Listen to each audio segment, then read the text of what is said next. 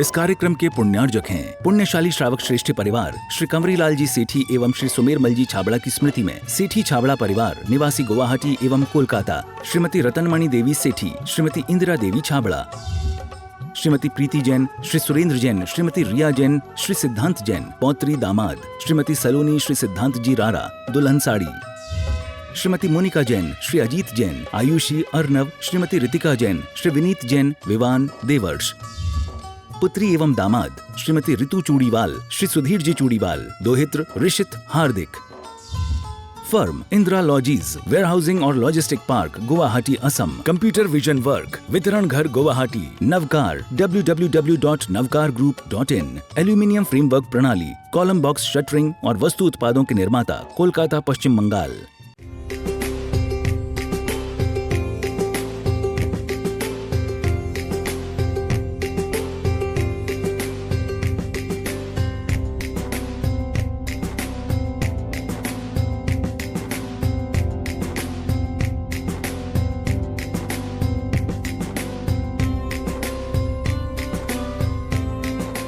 हर्षवर्धन, ये आपने ऊपर हर्ष आप आ जाओ। इधर वेदी के पीछे कुछ पुस्तकें हैं, तो छोटे बच्चों को दे दो और बड़े बच्चों को याद है। 8वीं 9वीं 10वीं में तो है वहां पर समंत भद्र विद्यालय में तत्वार सूत्र, तो आपको तत्वार सूत्र साथ साथ में बोलना है। हाँ, बहुत बढ़िया। जिनको याद है वो तो बोलेंगे। बहुत सारे लोगों को पाठ है। और साथ साथ में यहाँ से आज चंद्रकला जी पाटनी रांची ये पाठ कर रही हैं, तत्वार सूत्र का पाठ है। तो इसलिए जो भी महानुभाव अभी भी देखो, वो माता जी को थोड़ा सा संकेत करो, बोले महाराज जी आ गए पीछे। हाँ, पंडाल के बाहर जाके विश्राम की पोजीशन में है वो। अथ आमनाय स्वाध्याय बेलायाम कायोत्सर्गम करो मैम। 9 बार नमोकार महामंत्र का स्मरण।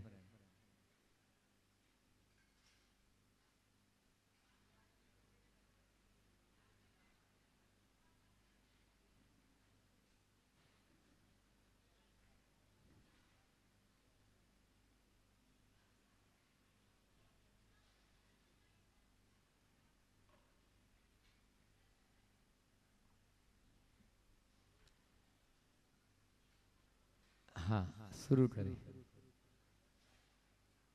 आचार्य उमा स्वामी जी महाराज थोड़ा की माइक ठीक करो, थोड़ा माइक ऊंचा करो, झुकना पड़ेगा उसको। थोड़ा सा ऊंचा कर दे, ज्यादा नहीं, थोड़ा ऊपर थोड़ा सा ऊपर कर, ताकि वो ऐसे कमर झुका के थोड़ी बोलेगी। कैसे बैठता है? कैसे बैठता है? इधर बैठ जाओ। सुनो, आप वहां बैठो ना,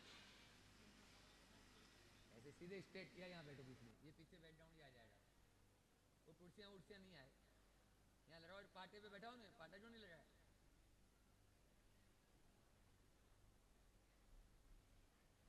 एक पाटा उठा लो, एक पाटा लगा जल्दी।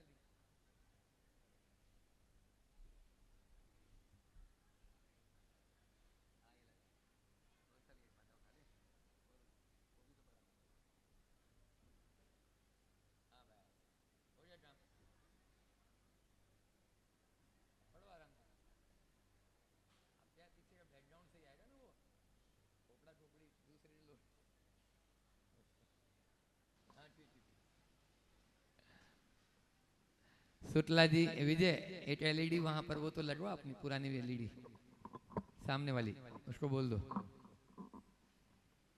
चलो, पुस्तकें सूरज जी मैत्रे ऊपर आ जाओ मेरे पास, और दे देते हैं। शुरू करो। बोलिए आचार्य उमा स्वामी जी महाराज की। मोक्ष मार्गस्य नेतारम भित्तारम कर्म भूभ्रताम ज्ञातारम विश्व तत्वानां वंदे तद्गुणे लब्धये। सम्यक दर्शन ज्ञान चारित्राणि मोक्ष मार्ग है। तत्वार्थ श्रद्धानम सम्यक दर्शनम तन्निसर्गादधिगमाधवा जीवा जीवाश्रबंध संवर्ण निर्जरा मोक्षास्तत्वं नामस्थापना द्रव्य भाव तस्तन्यास है प्रमाण नैरधिगम है निर्देश स्वामित्व साधनाधिकरण स्थिति विधानतः सत संख्या क्षेत्र स्पर्शन कालांतर भावाल्प भौत्वेश्च मति श्रुतावधि मनः पर्य केवलानि ज्ञानम तत्प्रमाणे आद्य परोक्षम प्रत्यक्ष मन्यत मति स्मृति संज्ञा चिंता विनिबोध इत्यनर्थांतरम तनिंद्रियानिंद्रिय निमित्तम अवग्रहे हावाय धारणा भौ विदक्षिप्राणि श्रतानुक्तक ध्रुवाणां सेतराणाम् अर्थश्च व्यंजनश्चावग्रह न चक्षुरनिन्द्रियाभ्यां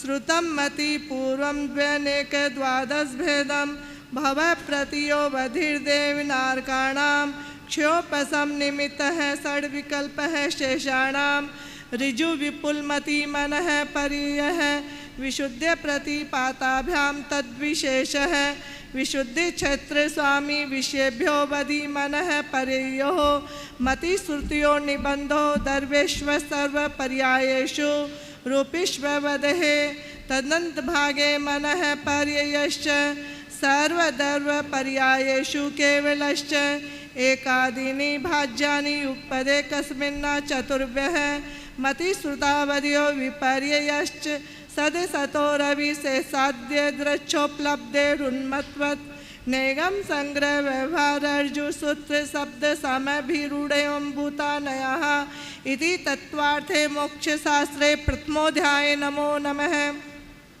औपशमिकक्षायिको भावो मिश्रश्च जीवश्च स्वतत्वमोदैक पारिणामिको च द्विनवाष्टादशैकविंशति त्रिभेदा यथाक्रमं सम्यक्त्व चारित्रे ज्ञान दर्शन दान लाभ भोगोपभोग वीर्याणि च ज्ञान ज्ञान दर्शन लब्ध्यश्चतुस्त्री त्रिपंच भेदाः सम्यक्त्व चारित्र संयमा संयमाश्च गति कसाय लिंग मिथ्या दर्शना ज्ञाना सहिता सिद्धिलेशाश्च चतुश्चतुस्त्रैकैकैक षड्भेदाः जीव भव्या भव्यत्वानि च उपयोगो लक्षणं सद्विविधोष्ट चतुर्भेदः संसारिणो मुक्ताश्च समनसका मनसकः संसारिणस्त्रसस्थावरः पृथिव्या पतेजो वायु वनस्पतयः स्थावरः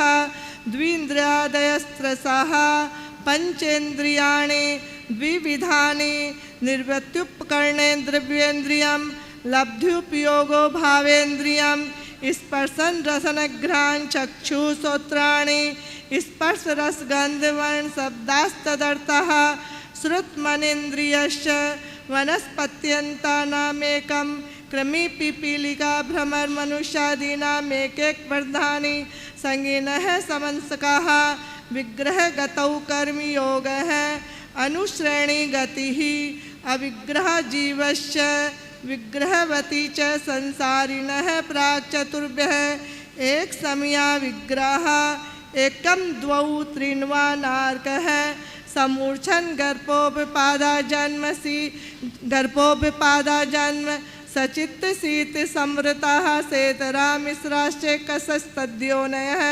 जरायुजाण्डज पोतानां गर्भः देवनारकाणामुत्पादः शेषाणां समूर्छनम् औदारिक व्यक्रियकाहारक तेजस्कर्मणानि शरीराणि परम परम सूक्ष्मं प्रदेशतो संख्ये गुणं प्राक्ते सात् अनंत गुणे परे अप्रतिघाते अनादि संबंधे च सर्वस्य तदादीनि भाज्यानि युगपदे कस्मिन्ना चतुर्भ्यः निरूपभोगमन्त्यं गर्भसमूर्छनज्माद्यम् औपपादिकं व्यक्रियकं लब्धि प्रत्ययं च तेजस्मपि शुभम विशुद्धमभ्यागहति चाहारकं प्रमत्त संयतस्यैव नारक समूर्छनो नपुंसकानि न देवाः शेषा स्त्रीवेदाः औपपादिक चर्मोत्तम देहा संख्ये वर्षायुषो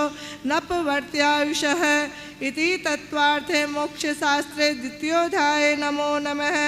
रत्न शर्करा बालुका पंकधूम तमो महातमः प्रभा भूम्यो घनाम्बुवाता काशप प्रतिष्ठाः सप्तादोदः तासु 30 पंचविंशति पंचदश दश त्रिपंचोनेक नरक सत सहस्राणि पंचचैव यथाक्रमं नारका नित्या सुप्तर्लिश्चा परिणाम देह वेदना विक्रियाः परस्परोदिरित दुःखाः संक्लिष्टा सुरोदिरित दुःखाश्च प्राक् चतुर्थ्याः तेष्वेकत्रि सप्तदश सप्तदश द्वाविंशति त्रयस्त्रिंशत् सागरोपमा सत्त्वानां परा स्थितिः जम्बूद्वीप लवणोदार्यः शुभनामानो द्वीप समुद्रः द्विर्विस्कम्भः पूर्व पूर्व परिक्षेपणो बलिया करते हैं तन्मध्ये मेरु नाभिर्वर्तो योजन सत सहस्र विस्कम्भो जम्बूद्वीप है भरत हेमत हरिविदेह रम्यक्य हिरण्यवते रावत वर्षाः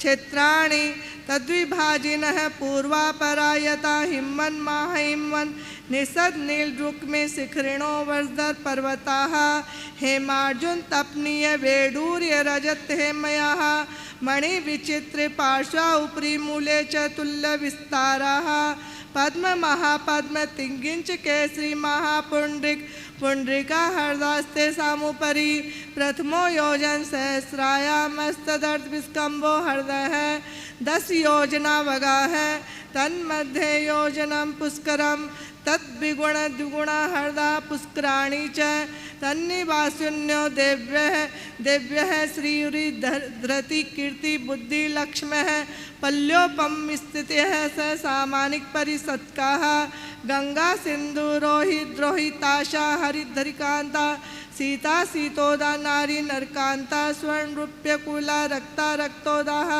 सरितस्तन्मध्यगाः द्वयोर्द्वयोः पूर्वाः पूर्वगाः शेषास्त्वपर्गाः 14 नदी सहज परिव्रता गंगा सिन्धुवादयो नद्यः वर्तः षड्विंशति पंचयोजनसत् विस्तारः षट्चेकोनविंशति भागा योजनश्च तद्विगुण द्विगुण विस्तारा वर्षा विदेहान्तः उत्तरा दक्षिण तुल्याः वर्तैरावत्यो वृद्धिरासो षट् सम्याभ्याम् उत्सर्पिण्यव सर्पिणीभ्यां ताभ्याम् अपरा भूम्यो वस्थिताः एकद्वित्री पल्योपम स्थित्यो हेमवदकहारी वर्षक देव कुरुकाः ततोत्राः विदेशु संख्यै कालाः भट्टश्च विस्कम्भो जम्बूद्वीपश्च 90 भागः द्विर्धार्त की खंडे पुष्करार्धे च प्रांग मानुषोत्रान् मनुष्याः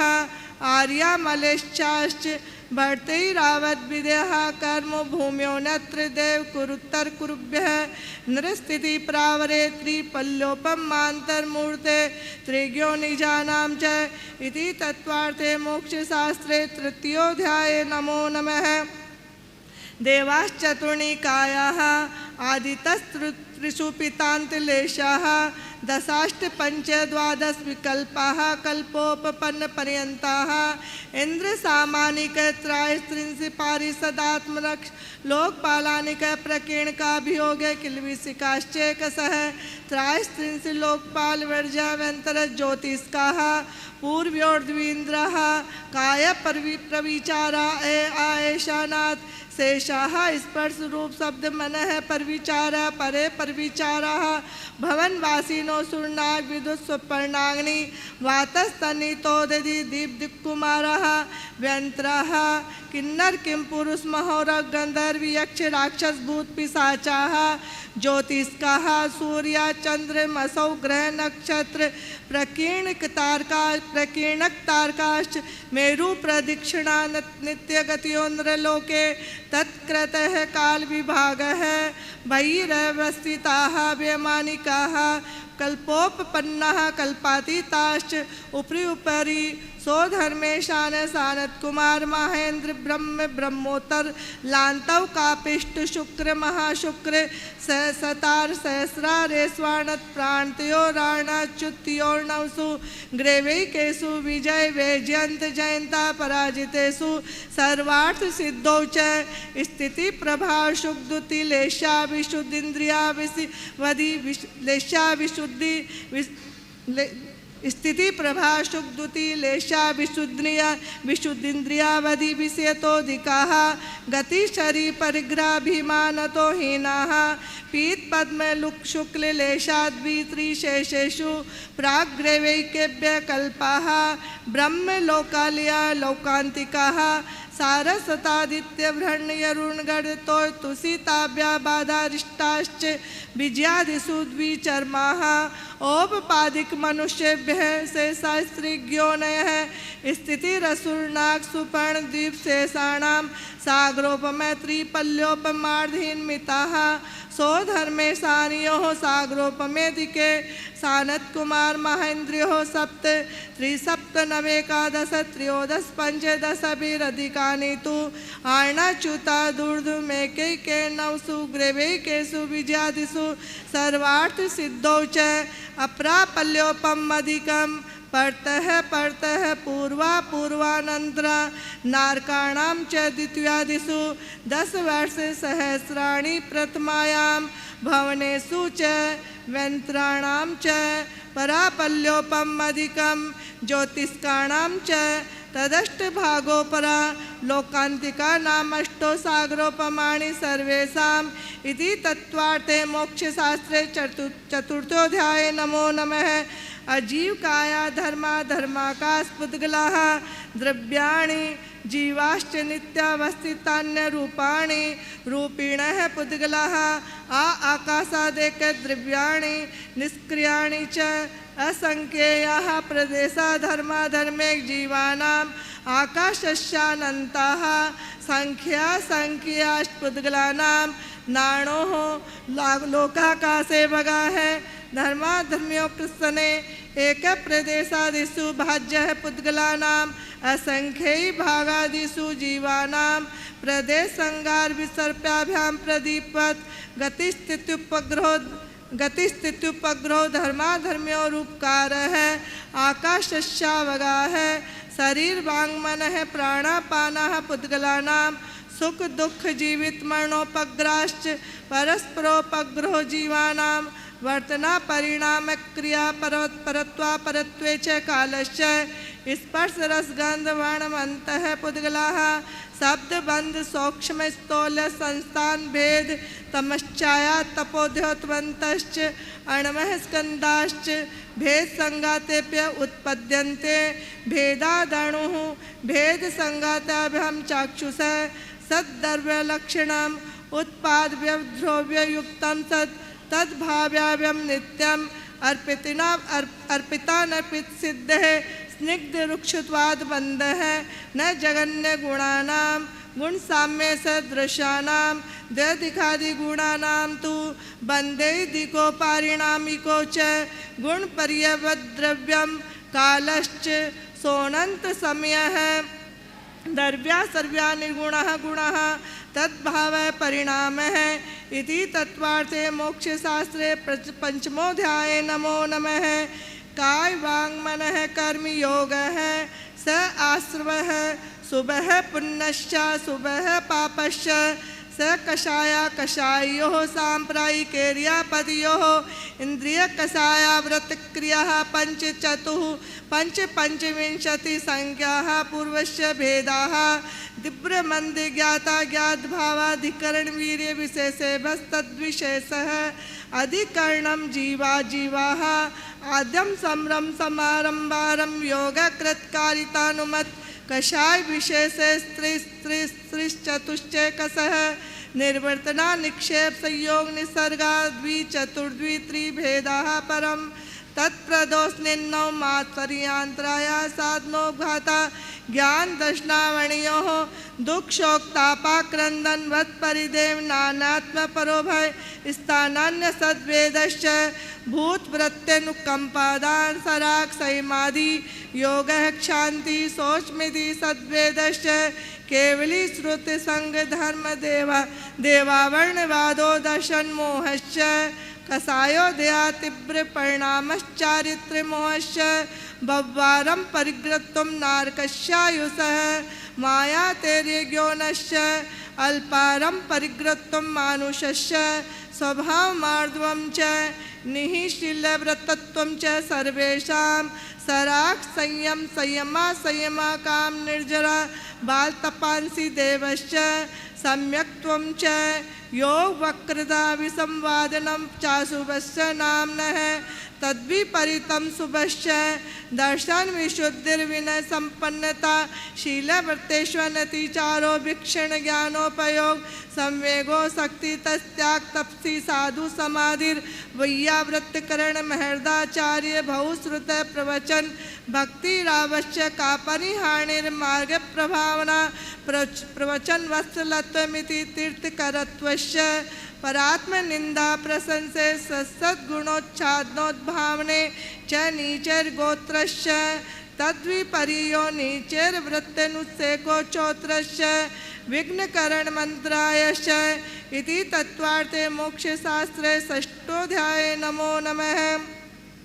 हिंसा नतस्त्या ब्रह्म परिग्रहेभ्यो वीर्तिर्व्रतं देशरतोणु महति ततस्थ्यार्थरं भावनाः पंच वांग मनोगुप्तिरिया दान निक्षेपन समित्या लोकितपान भोजनानि पंच क्रोध लोभ भिरुत्य हास्य प्रत्याख्यानान्यनुविचि भाषणं च पंच शून्यागार विमोचितावास परोधाकरण भेक्ष सुधीश धर्मा विसंवादाः पंच स्त्री राग कथा श्रवण तन मनोहरांग निरीक्षण पूर्वरतानुस्मरण श्रेष्ठ रस स्वशरी संस्कार त्यागाः पंच मनोज्ञा मनोज्ञेन्द्रिय विषय राग द्वेष वजनानि पंच हिंसा दिस्वह मुत्रा पायावद दर्शनम दुःखमेव मैत्री प्रमोद कारुण्य माध्यस्थानि च सत्वगुणाधिक्यलस्य माना विनयेषु जगत्काय स्वभाव वा सव्यग वैराग्यार्थं प्रमत्त योगात् प्राण व्यप्रोपणं हिंसा असदभिधानमनर्थम अदत्तादानं स्तेयं मैथुनमब्रह्म मूर्छा परिग्रह निःशल्यो व्रति अगार्य नगारश्च अनुव्रतो गारी दिग्देशानद दंड वीर्ति सामायक प्रोजदो वासो भोग परिभोग परिमाणातिथि सम्मी भागवर्ति संपन्नश्च मारणांतिकिं सल्लेखनाम जोषिता शंका कांक्षा भी चिकित्सा ने दृष्टि प्रशंसा संस्वा सम्यक दृष्टेरतिचारः व्रतशीलेषु पंच यथाक्रमं बन्धवदच्छेदाति भारारोपणान् निरोधाः मिथ्योपदेशरोव्याख्यान कूटलेख क्रिया न्यासापहार साकार मंत्र भेदाः तेन प्रयोग तदा हृदा दान विरुद्ध राजातिक्रम हीनाधिकमानोन्मान प्रतिरूपक व्यवहाराः पर विवाह करने त्वरिका परिग्रहिता गमनानंग क्रीड़ा काम तीर्वाभिनिवेशाः क्षेत्र वास्तु हिरण्य स्वर्ण धन धान्य दासी दासकुप्य प्रमाणातिक्रमाः ऊर्ध्वा दस्तिर्ग व्यतिक्रम क्षेत्र वृद्धि स्मृत्यंत्राधानानि आनयन प्रेष प्रयोग शब्द रूपानुपात पुद्गल क्षेपाः कंदर्प कोतकुच्च मोखरिया समीक्षाधिकरणो भोग परिभोगानत्यक्यानि योग दुह प्रणिधाना नादर स्मृत्यनुपिस्तानानि अप्रत्यवेक्षिता प्रमार्जितोत्सर्गादान संसरोपक्रमणा नादर स्मृत्यनुपिस्तानानि सचित संबंध सम्मिश्रा विश्वदूपक्वाराः सचित निक्षेपापिधान परव्य पदेस्मात्सर्य कालातिक्रमः जीवित मरणासंसा मित्रानुराग सुखानुबंध निदानानि अनुग्रहार्थम सवश्याति सर्गोदानम विधि द्रव्य दात्र पात्र विशेषा तद्विशेषः इति तत्त्वार्थे मोक्ष शास्त्रे सप्तमोऽध्याये नमो नमः। मिथ्या दर्शना विरति प्रमाद कसाय योगा बंध हेत्वः स कसायत्वा जीवः कर्मणो योग्यान् पुद्गलानादत्ते स बंधः प्रकृति स्थितिनुभव परदेशात् तद्विदयः आद्यो ज्ञान दर्शनावरण वेदनीय मोहनीयायुर्नाम गोत्रांतरायः पंचनवद्वष्टाविंशति चतुर्द्विचत्वारिंशत् द्विपंच भेदा यथाक्रमं मतिश्रुतावधि मनः प्रिय केव पर्यय केवलानां चक्षुरवधि केवलानां निद्रा निद्रा निद्रा प्रचलास्त्यान गर्द्यश्च सत्सद्वेद्य दर्शन चारित्र मोहनीया कषाय वेदनीया ख्यास्त्री द्विनव षोडश भेदाः सम्यक्त्व मिथ्यात्व तदुभयान्य कषायो हास्य रत्ति शोक भय जुगुप्सा स्त्री पुनपुंसक वेदा अनंतानुबंध प्रत्याख्यान संज्वन विकल्पाश्च कसः क्रोधमान माया लोभाः नारक तेर्यज्ञोन मानुष देवानी गति जाति शरीरांगोपांग निर्माण बंधन संघात संस्थान संगनन स्पर्श रसगंध वर्णानुपूर्य गुरु लघुघात परघाता तपोधोतोच्छ्वास व्यायो गति है प्रत्येक शरीर सुभक सुस्वर शुभ सूक्ष्म प्रियाप्ति स्त्रादे यश कीर्ति सेतराणि तीर्थकरत्वं च उच्चैणी चेष्ट दान लाभ भोगो भोग वीर्याणाम आदितस्त्रिसृणामंत्राय च त्रिंशत् सागरोपम कोटिकोट्यः परा स्थितिः सप्ततिर्मोहनीयश्च विंशतिर्नाम गोत्र्योः त्रयस्त्रिंशत् सागरोपमण्यौ सह अपरा द्वादशमूर्ता वेदिनीयश्च नाम गोत्र्योरष्टौ शेषाणामन्तर्मूर्ता विपाकोऽनुभवः स यथा नाम ततश्च निर्जरा नाम प्रतीयाः सर्वतो योग विशेषात् सूक्ष्मेक क्षेत्रावगाः स्थितः सर्वात्म प्रदेशेष्वनन्तानन्त प्रदेशाः सद्वेद्य शुभायुर्नाम गोत्राणि पुण्यम अतोन्यत पापम इति तत्त्वार्थे मोक्ष शास्त्रे अष्टमोऽध्याये नमो नमः। आश्रम निरोधः समरः स गुप्ति समिति धर्मानुप्रेक्षा परिसर जय चारित्रे है तपसा निर्जरा च सम्यक योग निग्रह गुप्ति ईरिया भाषेषण दान निक्षेपोत्सर्गाः समितियः उत्तम क्षमा मार्दव आर्जव शौच सत्य संयम तपस्त्यागा किंचन्य ब्रह्मचर्याणि धर्मः अनित्या शरण संसारे कत्वानित्वा सुच्चाश्रव संवर्ण निर्जरा लोक बोधि दुर्लभ धर्मस्वाख्यातत्वानुचिंतन मनुप्रेक्षाः मार्गाचरण निर्जरार्थं परिसौरभ्याः परिसाः क्षुप्तिपाशा शीतोष्ण दंशमसंज्ञारति स्त्रीचर्यानि सद्या शय्या क्रोश बद याचना लाभ रोग तृण स्पर्श मल सत्कार पुरस्कार प्रज्ञा ज्ञानादर्शनानि सूक्ष्म सांप्राय छद्मस्त वीतराग्योश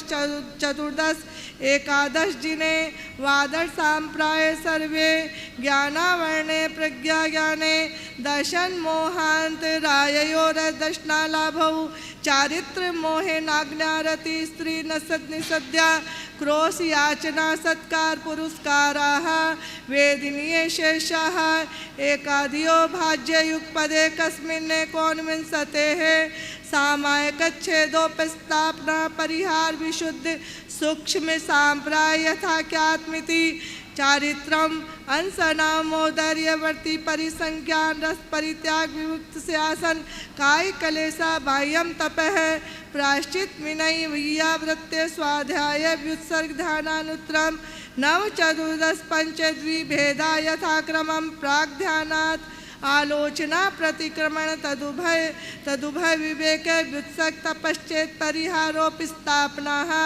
ज्ञान दर्शन चारित्रोपचारा आचार्योपाध्याय तपस्वी शिक्षग्लान गणकूल संग साधु मनोज्ञानाम वाचना प्रचनानुपेक्षा मनाय धर्मोपदेशा बाह्यभ्यंतरोपद्यो उत्तम संगनन से काग्र चिंता निरोधो ध्यान मांतर मूर्तार्थ आर्थ रौद्र धर्म शुक्लानि परे मोक्ष हेतु आर्तमय मनोज्ञश्च संप्रयोगे तद्विप्रयोगाय स्मृति समन्वाहार है विपरीतम मनोज्ञश्च वेदनायाश्च निदानम च तद्विरद्देश विरत प्रमत्त सहितानां हिंसा नतस्त्या विषय संरक्षणेभ्यो रौद्रमविरत देश विरतियोः आज्ञा पाय विपाक संस्थान विच्याय धर्मम शुक्ले चादे पूर्व विदः परे केवलिन प्रतक्त्वे कत्व वितर्क सूक्ष्म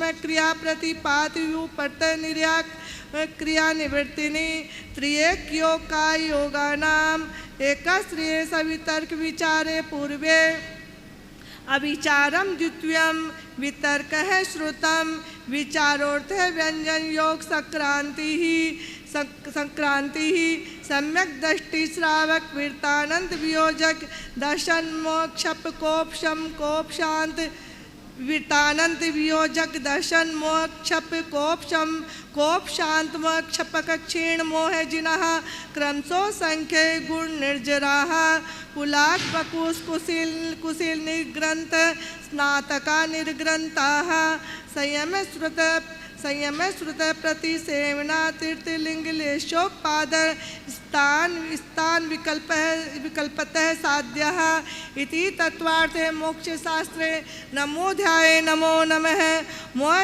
ज्ञान दर्शनावर्णांतराय मोह ज्ञान दर्शनावर्णांतराय छाच केवलम बंध हेत्व भाम निर्जराभ्याम कृत्सन कर्म विप्र मोक्षो मोक्ष औपशमिकादि भव्यत्वानां च अन्यत्र केवल सम्यक्त्व ज्ञान दर्शन सिद्धत्वेभ्यः तदनंतर मूर्धम गच्छत्या लोकांतात् पूर्व प्रयोगाद असंगत्वाद बंधच्छेदा तथा गति परिणामाच आविद कुलाल चक्रवद व्यप गति लेपा लांबू वदेरंड बीज वदग्नि सिखावच धर्मास्ति काया भावात क्षेत्र काल गति लिंग तीर्थ चारित प्रत्येक बुद्ध बोधित ज्ञानावगाह नान्तर संख्याल बहुत्वतः साध्यः इति तत्वार्थे मोक्ष शास्त्रे दशमोऽध्याये नमो नमः अक्षर मात्र पद स्वरहीनम व्यंजन संद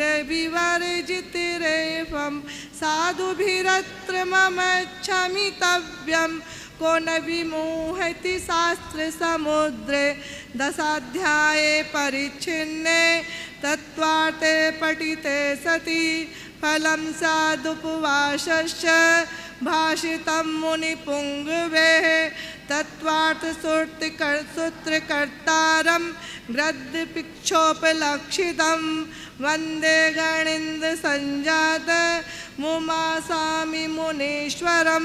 बोलिए आचार्य उमा स्वामी जी महाराज की जय। बोलिए परम पूज्य आचार्य विद्यासागर जी महाराज की जय। बोलिए आचार्य महाराज समय सागर जी महाराज की।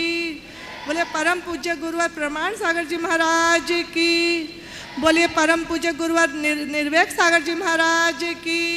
बोलिए परम पूज्य गुरुवर संधान सागर जी महाराज की। सब छुल्लक जी महाराज की। आचार्य संघ की। इति आमनाय स्वाध्याय बेलायाम कायोत्सर्जम करोम्यहम्। 9 बार नमोकार महामंत्र का स्मरण करें।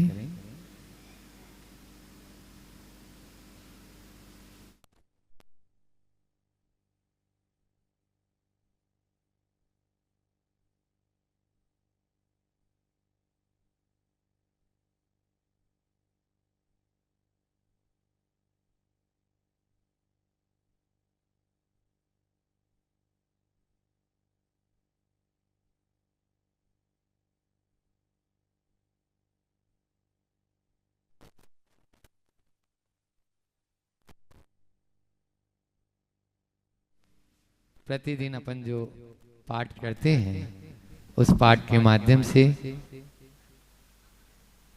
खुद यहाँ पर बता रहे हैं कि एक उपवास का भरे पेट में भी लाभ मिलता है।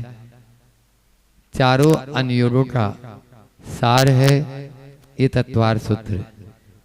तत्वार सूत्र जिसने एक बार अच्छे से कंठस्थ से हृदयंगम कर लिया तो उसे कोई भी ग्रंथ राज में प्रवेश हो जाता है। ऐसा पूज्य श्री के मुख से अपन ने पहले दिन सुना और उसी बात को लेकर आचार्य श्री जी कई बार हम लोगों से भी और जो नए साधक आते हैं उनसे भी कि कुछ पाठ ऐसे हैं जो प्रतिदिन करना चाहिए, उसमें एक तत्वार सूत्र भी है। गुरु जी की हमेशा भावना रही तत्वार सूत्र है, 6 डाला है, इनको कंठस्थ रखना ताकि जब हमारे हाथ पांव आदि कुछ भी चलना फिरना बंद हो जाता है तो ये सूत्र हमेशा गूंजते रहते हैं। इसी प्रकार से आपके इष्टोपदेश आचार्य श्री जी का प्रिय रहा मिष्टोपदेश बोलते हैं, और द्रव्य संग्रह की कुछ कारिकाएं हैं उनको भी कंठस्थ हमें होना चाहिए। ऐसे ही रत्नकण श्रावकाचार्य की 150 कारिकाएं, यह भी हृदयंगम होना चाहिए ताकि एक शुद्ध आचार परंपरा का निर्वहन इस पंचम काल के अंतिम समय तक होता रहे। श्रावक ये जान पाएगा कि मेरा क्या कार्य है, कर्तव्य क्या है। ये रत्नगण श्रावकाचार्य में आचार्य समंत भद्र स्वामी ने बताया, उसी यहीं से गया, क्योंकि आचार्य परंपरा ये उमा स्वामी महाराज जी जो तत्वार सूत्र में अभी जैसे अपन ने कल महाराज श्री जी ने जो 7वें अध्याय में बताया, 8वें अध्याय में 7वें अध्याय में कि व्रतों का निरूपण, तो वो सारे के सारे व्रत वहां पर भी उनके दोष अतिचार वहां भी श्लोक के माध्यम से हमारे सामने आचार्य समंतभद्र स्वामी जी ने रखे। इसलिए इनको कंठस्थ हमें करना अच्छा रहता है। कुछ ही क्षण में यहाँ पर पूज्य महाराज श्री जी आने वाले हैं और आज 90वें अध्याय, फिर 10वां अध्याय तो छोटा सा है, लगभग आज तत्वार सूत्र का यह है अंतिम 9वां अध्याय, जिसमें बहुत ही सांगोपांग वर्णन दिया है और किस प्रकार से हम कर्मों की निर्जरा कर सकते हैं। यह निर्जरा संवर के जो लक्षण और कारण उनको बताने वाला पूज्य महाराज श्री जी आ गए।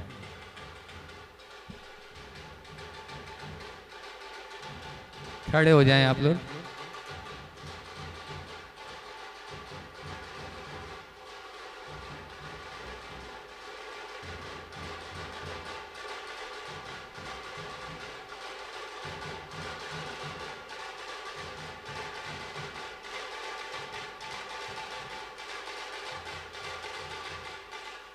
महाराज जी कुछ बोल रहे हैं। हाँ,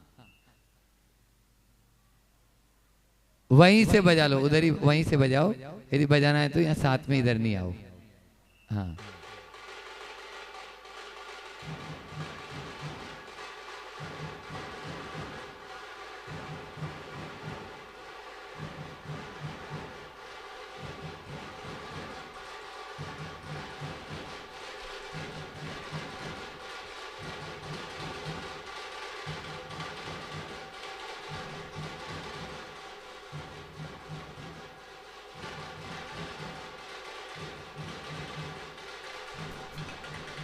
बस ओम।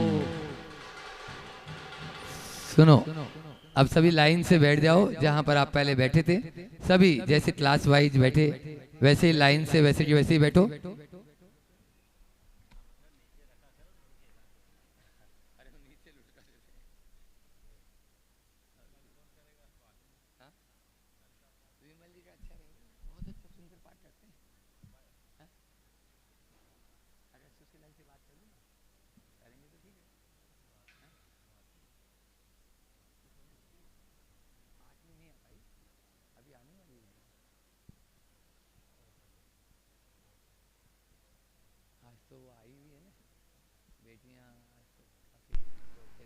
चलिए सब लोग बैठ जाएं। ओम ओम नमोस्तु निवेदित करते हुए ओम हम सब गुरु चरणों में प्रार्थना करते हैं कि आज तत्वार सूत्र के उस 90 अध्याय का राज बताकर हम सबको कृतार्थ करें। पूज्य महाराज श्री जी। मोक्ष मार्गस्य नेतारम भेतारम कर्म भूभृताम ज्ञातारम विश्वतत्त्वानां वंदे तद्गुण लभये। महाराज श्री के आने के लिए रास्ता दीजिए।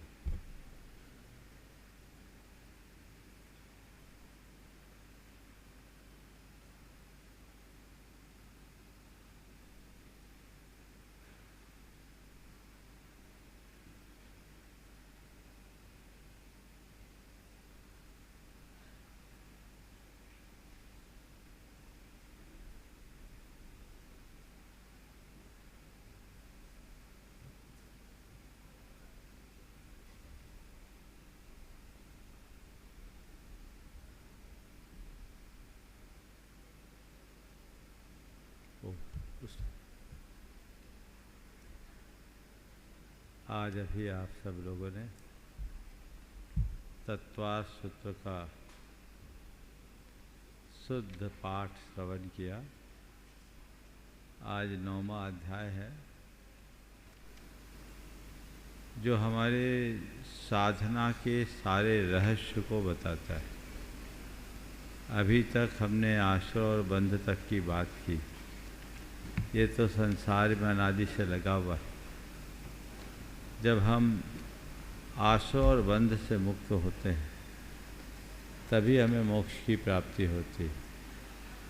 ओम भाई उधर से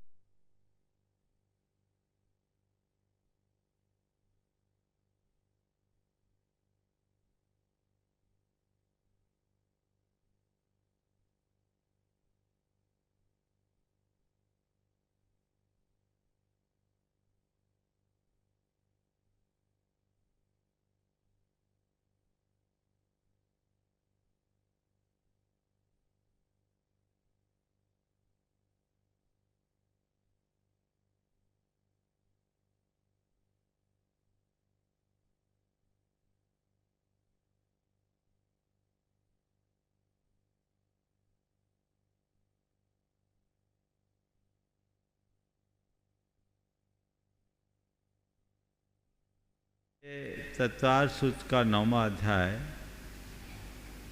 हमारी साधना का मार्ग बताता है। कर्म के आश्रय और बंध से बचने का रास्ता। इधर आ जाओ भाई, फिर परेशान काहे हो रहे हो? इधर आके सुन लो। आश्रय और बंध से बचने का रास्ता संवर और निर्जरा है। जब हम संवर और निर्जरा के मार्ग को अंगीकार करते हैं तभी मोक्ष को प्राप्त कर सकते हैं। इस अध्याय में साधना के लिए आधारभूत उन सब बातों का उल्लेख किया गया है जिससे हम कर्म के आगमन को रोक सकते हैं और पूर्व संचित कर्मों की निर्जरा या उनका क्षय कर सकते हैं। हम प्रारंभ करते हैं। सबसे पहले सूत्र में संवर की बात कही। आसौ निरोध संवरः। आश्रव के निरोध को संवर कहते हैं। आश्रव कर्मों के आगमन का नाम है और उसका निरोध यानी उसका रुक जाने का नाम। जब हम कर्म को रोकते हैं तब संवर होता है। वो कैसे होता है? कर्म के आगमन को कैसे रोका जाए, ये बहुत ही महत्वपूर्ण विषय है।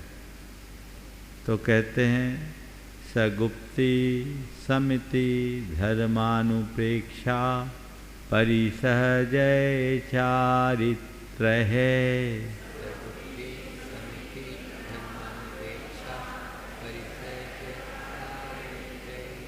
वह गुप्ति, समिति, धर्म, अनुप्रेक्षा, परिसहजय और चारित्र के द्वारा होता है।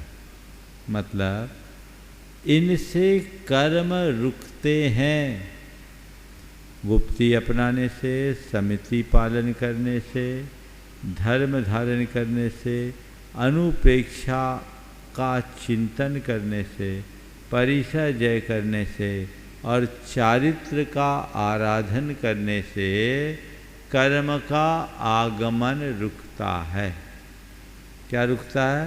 कर्म का आगमन। महाराज बता दीजिए क्या है, ताकि हम इसको अपनाएं और कर्मों से अपने आप को बचा पाएं।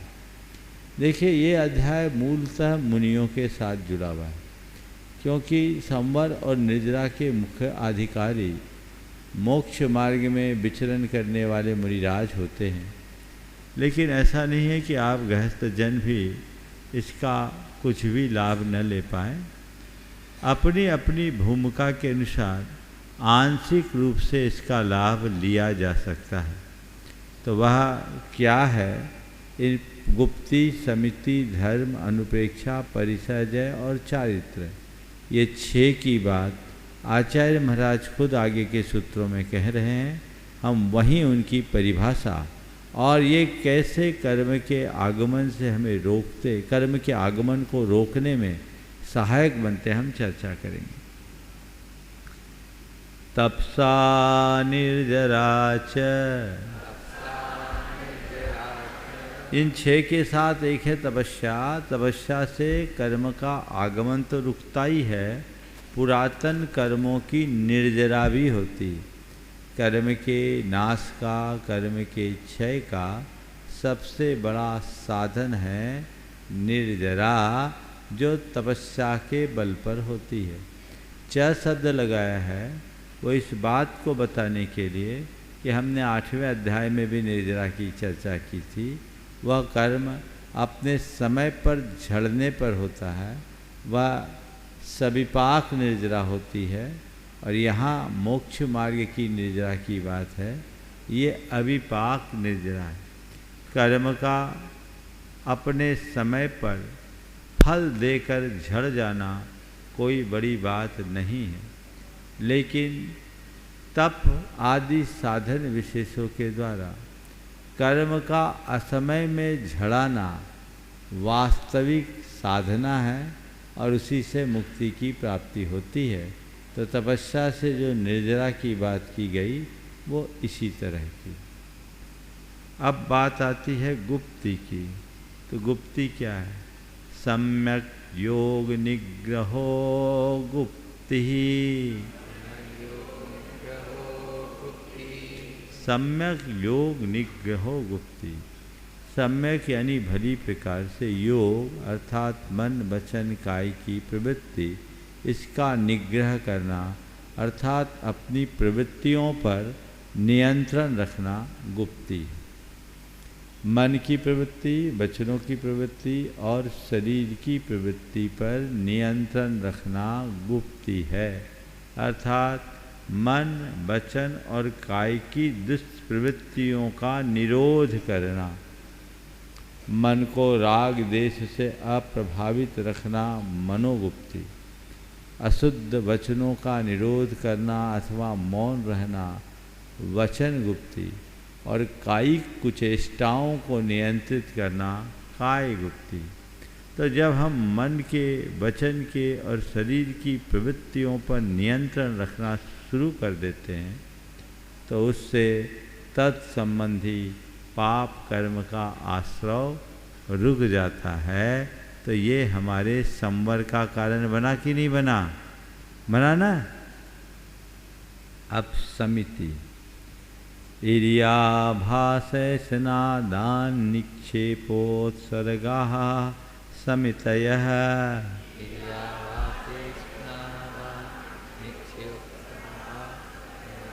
इरिया भाषा, ऐसना, आदान निक्षेपण और उत्सर्ग के भेद से 5 प्रकार की समितियाँ। यहाँ समिति का सम्यक प्रवृत्ति, प्रवृत्तिगत सावधानी को समिति कहते हैं। चलने फिरने उठने बैठने की क्रियाओं में जो सावधानी रखी जाती है उसे बोलते हैं समिति। चलने फिरने उठने बैठने आदि की क्रियाओं में रखी जाने वाली सावधानी का नाम समिति। चलते समय 4 हाथ भूमि देखकर चलना, जीवों को बचाते हुए चलना, इरिया समिति। बोलते समय हित मित प्रिय वचनों का प्रयोग करना, भाषा समिति कहलाती।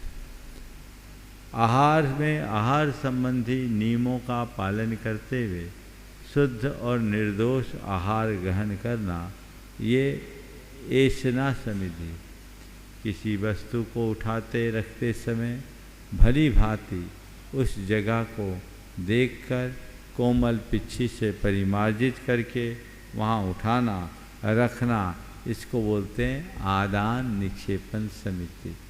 और व्युत्सर्ग अपने मल मूत्रों का शुद्ध निर्जंतुक और प्रासुक भूमि पर छेप करना, ये व्युत्सर्ग समिति या उत्सर्ग समिति से प्रतिष्ठापन समिति भी कहते हैं।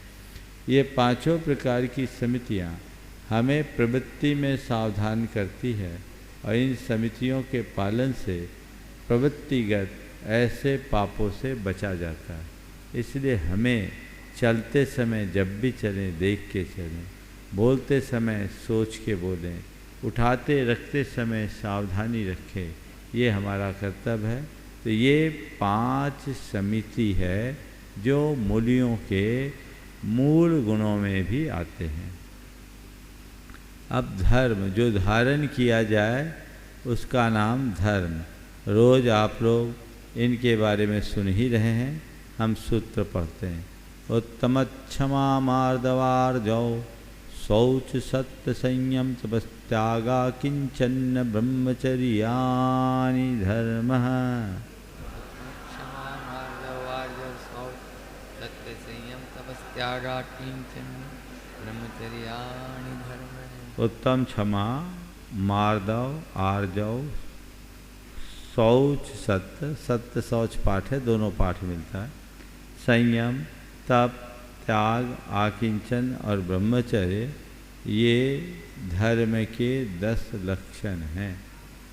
इन सब में उत्तम विशेषण लगा है, अर्थात ये क्षमादिक भाव जब सांसारिक अपेक्षाओं से मुक्त हो, सम्यक दर्शन के साथ हो, ख्याति पूजा लाभ की भावना से रहित हो, तब ये उत्तम विशेषण से सुशोभित होते हैं और तब ये धर्म कहलाते हैं। तो ये क्षमा मार्दव आर्जव शौच सत संयम तप त्याग आकिंचन और ब्रह्मचर्य, ये 10 धर्म हैं। क्रोध का कारण आने पर भी क्रोध न करना क्षमा है। मान का मर्दन करना मार्दव है। मन वचन काया में सरलता रखना आर्जव है। लोभ की उत्कृष्टता पर नियंत्रण रखना, लोभ को नियंत्रित करना शौच है। और सत्पुरुषों के बीच प्रशस्त वचनों का प्रयोग करना सत्य धर्म है। प्राणियों की हिंसा और इंद्रियों के विषयों की प्रवृत्ति पर लगाम रखना संयम है। इच्छा के निरोध के लिए अपनी प्रवृत्तियों को नियंत्रित करना तप है। और परिग्रह की निर्वृत्ति का नाम त्याग है। मेरेपन के त्याग का नाम आकिंचन और आत्मस्वरूप ब्रह्म की उपलब्धि के लिए किया जाने वाला आचरण ब्रह्मचर्य है। एक एक लाइन में मैंने इनकी व्याख्या कर दी, व्याख्या तो आप रोज़ सुनते ही हैं। अब है अनुप्रेक्षा। अनुप्रेक्षा किसे कहते हैं? जिसे बार बार जिसका चिंतन किया जाए। मुहुर मुहुर चिंतनम अनुप्रेक्षा, जिसके विषय में बार बार विचार किया जाए उसे अनुप्रेक्षा कहते हैं। ये 12 भावनाएं भी कहलाती है, जो 12 हैं जिनके बारे में हम बार बार विचार करके अपने परिणामों को स्थिर कर सकते हैं और इन परिणामों की स्थिरता से हमारे भावों में विशुद्धि होती है और भावगत उस विशुद्धि से कर्म के आगमन की संभावनाएं खत्म होती है, कर्मों का प्रवाह अवरुद्ध होता है। वे 12 भावनाएं हैं। अनित्यासरन संसार एकत्वा नित्वा शुच्याश्रव संवर निर्जरा लोक बोधि दुर्लभ धर्म स्वाख्यात तत्वानुचिंतन मन प्रेक्षा।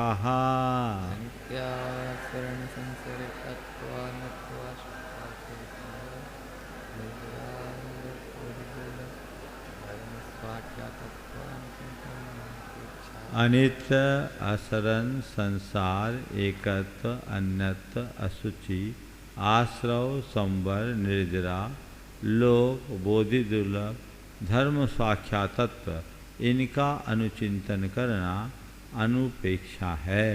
ये 12 भावनाएं जिन्हें वैराग्य की जननी के रूप में जाना जाता है, इन भावनाओं के बार बार भावने से हम अपने चित्त में स्थिरता ला सकते हैं और ये भाव विशुद्धि का आधार भी बनती है। तो संसार में जो कुछ भी उत्पन्न हुआ है वह सब विनष्ट होने वाला है। इस प्रकार के चिंतन का नाम अनित्य भावना है। संसार में कोई भी क्यों ना हो, कितना भी शक्तिशाली क्यों ना हो, मृत्यु से कोई किसी को बचा नहीं सकता। इस प्रकार के चिंतन का नाम असरन भावना है। संसार में जितने भी प्राणी हैं सब किसी न किसी प्रकार से दुखी हैं। संसार के हर प्राणी में किसी न किसी प्रकार का दुख है। इस प्रकार संसार के दुखमय स्वरूप का चिंतन करना संसार अनुप्रेक्षा है। अपने सुख दुख का जन्म मरण का स्वामी जीव स्वयं है। इस प्रकार अपने जीवत्व के एकत्व का विचार करना एकत्व अनुप्रेक्षा है। और जीव एक तो है ही, अलग भी है, सबसे अलग है। इस पृथकता का विचार करना शरीर से विभिन्न आत्मा है, इसका विचार करना अनित्य भावना है। और शरीर की अपवित्रता का चिंतन करना असुचि भावना है। प्रतिपल मन वचन काय की प्रवृत्तियों से आने वाले कर्मों के विषय में विचार करना आश्रव भावना है। और किस तरह व्रत समिति आदि साधनों को अपनाकर कर्मों से बचा जाए, इसके विषय में विचार करना संवर है। और कैसे तपोबल जगाकर अपने कर्मों का नाश करूं, इसके विषय में विचार करना निर्जरा भावना है। लोक के स्वरूप का चिंतन करना लोक भावना है। और ज्ञान की दुर्लभता का विचार करना बोधि दुर्लभ भावना है। और धर्म में जो बताया गया है वही सही है, इसका नाम धर्म स्वाख्यात तत्वानुचिंतन है। यानी यहाँ हम लोग संक्षेप में धर्म भावना बोल देते हैं, लेकिन इसका मूल अर्थ क्या है? धर्म स्वाख्यात तत्वानुचिंतन। तो धर्म स्वाख्यात तत्व यानी धर्म में जो कुछ भी कहा गया है वही सही है, इस बात का विचार करना ये धर्मानुपेक्षा है। इसके बाद है परिसह जय। परिसह जय 2 शब्दों के मेल से बना है। परिसह शब्द परि और सह, परि यानी सब ओर से, सह यानी सहन करना। सब ओर से समागत कष्टों को समतापूर्वक सहन करने का नाम परिसह जय है। मनुष्य के जीवन में अनेक प्रकार की चुनौतियाँ आती है और उन चुनौतियों से विचलित हो जाने वाला व्यक्ति मार्ग से स्खलित हो जाता है। मोक्ष मार्ग में अनुरक्त साधक के जीवन में भी नाना प्रकार की चुनौतियाँ आती है और उन चुनौतियों से वह स्खलित ना हो तो उसके लिए परिसह जय का उपदेश है। और यही आचार्य महाराज कहते हैं, मार्गात् च्यवन निर्जरार्थम परिशोढ़भ्या परिसहाहा।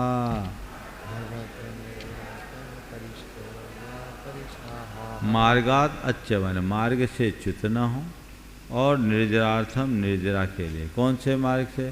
संवर के मार्ग से च्युत न होने यानी चलायमान न होने, और निर्जरा के लिए जो सहन करने योग्य है उनको बोलते हैं परिसह।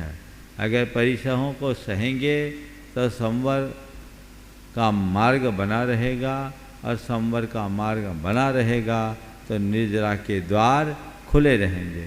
तो संवर और निर्जरा के लिए हमें कठिनाइयों का सामना करने के लिए मानसिक रूप से तैयार रहने की आवश्यकता और अपेक्षा है। तो वो परिसह है। परिसह यानी सब ओर से समागत कष्ट, उनको सहन करना। कैसे सहन करना? रोध होके नहीं, समता पूर्वक सहन करना, इसका नाम परिसह जय है। तो कितने परिसह हैं जिनको हमें समता पूर्वक सहना है? तो कहते हैं 22 परिसह। क्या है? सूत्र देखिए। क्षुत पिपासा शीतोष्ण दंसमसक नाग्न्या रति स्त्री चर्या निषद्या सय्या क्रोश वध याचना लाभ रोग तृण स्पर्श मल सत्कार पुरस्कार प्रज्ञा ज्ञाना दर्शनानि। क्षुत पिपासा शीतोष्ण दंसमसक नाग्न्या रति स्त्री चर्या निषद्या सय्या क्रोश वध याचना लाभ रोग तृण स्पर्श मल सत्कार पुरस्कार।